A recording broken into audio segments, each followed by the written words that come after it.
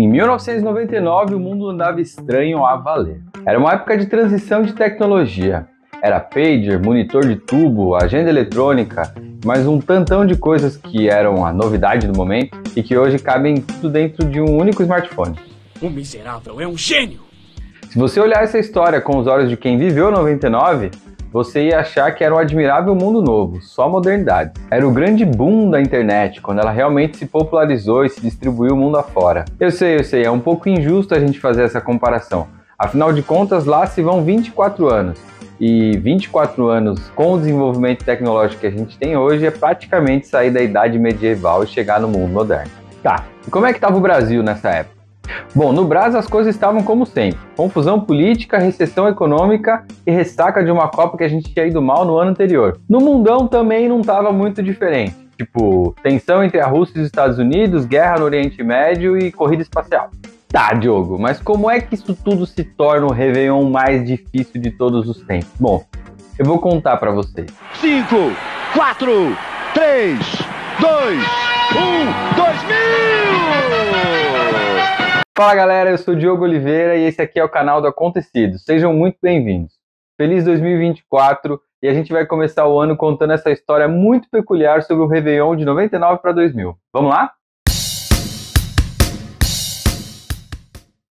Aqui no Acontecidos a gente tem uma coletânea de histórias surpreendentes, porém verdadeiras. Essa daqui não é diferente.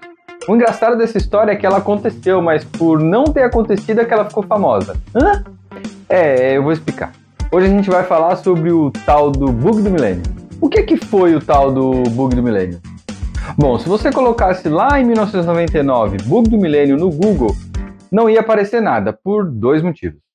O Google ainda era uma garagem lá em Menlo Park, na Califórnia, então não ia ter Google. E 2, ainda que existisse Google, era mais fácil aparecer uma propaganda para você fazer passeio de bug em Maceió do que aparecer o tal do bug do milênio. A verdade é que ninguém estava muito falando sobre isso até o negócio virar um hype mundial do nada. É que o bug do milênio foi um grandíssimo nada, foi tipo um frenesi, uma tensão mundial com uma grande fake news, se é que a gente pode dizer isso. Esse medão mundial pegou muita gente desprevenida, dos menos poderosos aos mais poderosos do mundo. Bug de software é um erro ou falha que ocorre num sistema ou programa de computador, resultando num comportamento incorreto, inesperado ou fora do que tenha sido pretendido pelo desenvolvedor.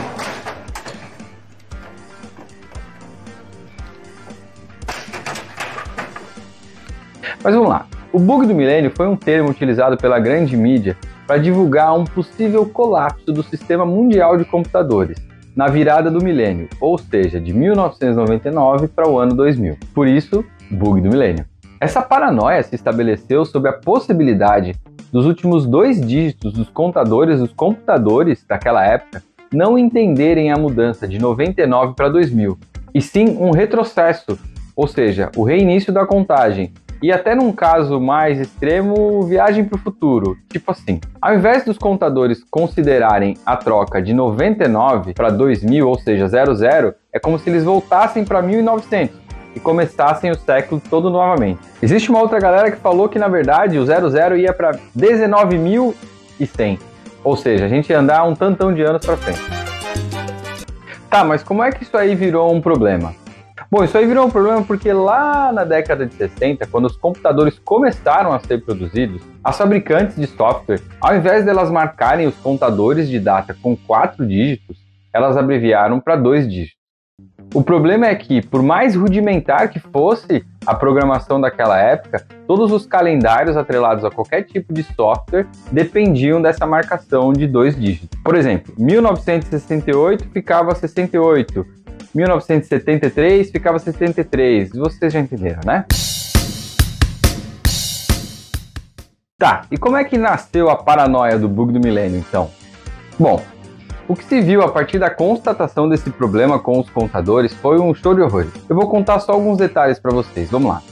Eles disseram que usinas nucleares poderiam entrar em colapso, o sistema aéreo de todos os países poderia ser resetado, ocasionando uma chuva de aviões. E também poderia acontecer um grande colapso no sistema de distribuição de energia e água mundo afora, ou seja, muita gente ia se ferrar. Eu sei que parece besteira falando sobre isso hoje, mas, galera, foi real. Esse medo realmente aconteceu. Saca só dessa reportagem da época. Um século de atraso. Na virada para o ano 2000, muitos computadores espalhados pelo mundo vão enlouquecer. Um problema que já está custando caro às empresas e governos. Uma dor de cabeça que se perde no tempo. Os especialistas preveem que 30% dos computadores do planeta vão ser atingidos pela síndrome do século. E nem os computadores domésticos escapam.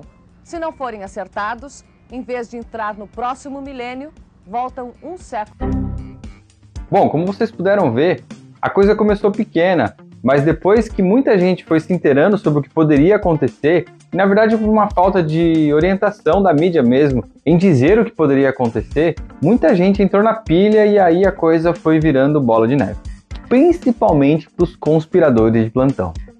O negócio ficou tão estranho que estava todo mundo meio que falando sobre esse tal do bug do milênio, as pessoas discutindo sobre o que poderia acontecer, mas na verdade ninguém sabia ao certo o que era.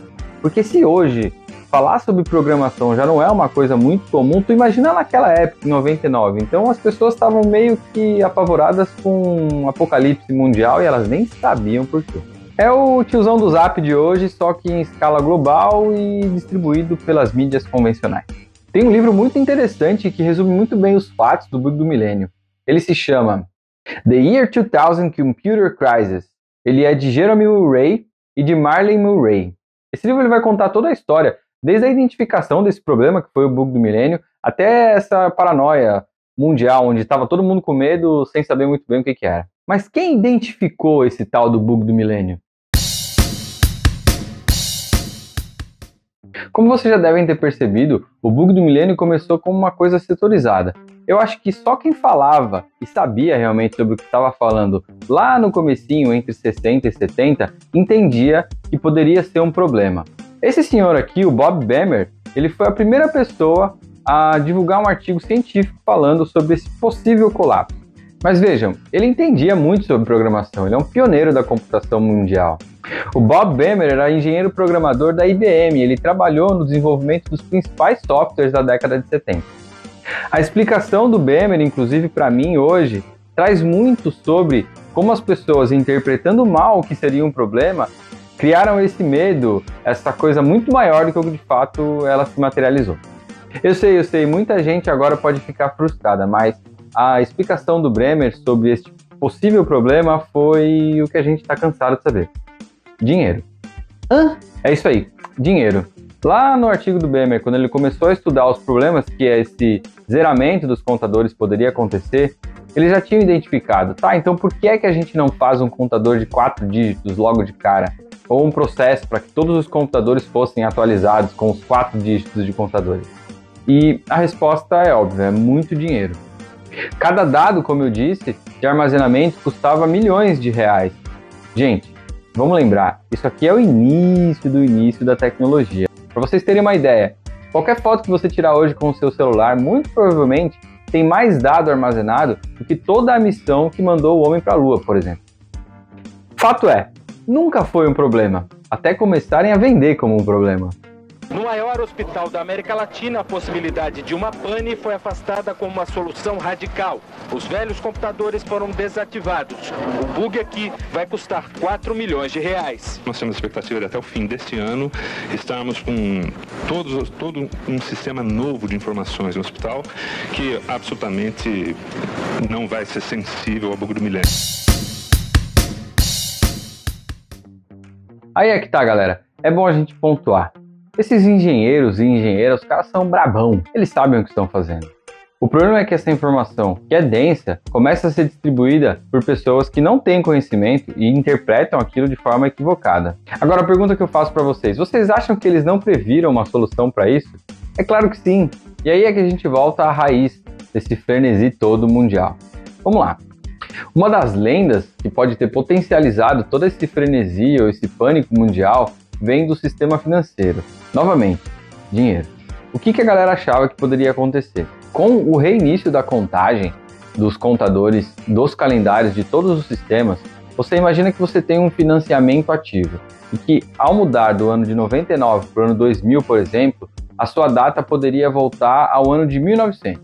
Com isso, se você fosse trazer a valor presente o financiamento que você tem em aberto, a data ajustada ia ser anterior à contratação daquele crédito. Com isso, os juros poderia ficar negativo na majoração, ou seja, decrescente. Você ia pegar dinheiro e ia acabar recebendo a mais do banco por isso. É muito louco, né? Mas é o caso. Tá, mas e no fim? O que deu o tal do bug do milênio? Bom, nada, né? Estamos aqui, vivão e vivendo. De 99 para 2000 teve uma coletânea de erros, ligados ou não à tecnologia, porém, pouquíssimos relacionados ao tal do bug do milênio. Parece piada, né? Mas é sério, não aconteceu nada, gente. Talvez os únicos erros que possam ter sido de fato relacionados ao bug do milênio aconteceram na Austrália e no Japão. Isso porque o sistema de transporte desses dois países usavam o software dessa época e, entre 99 e 2000, realmente os contadores bagunçaram e eles atrasaram. É isso aí.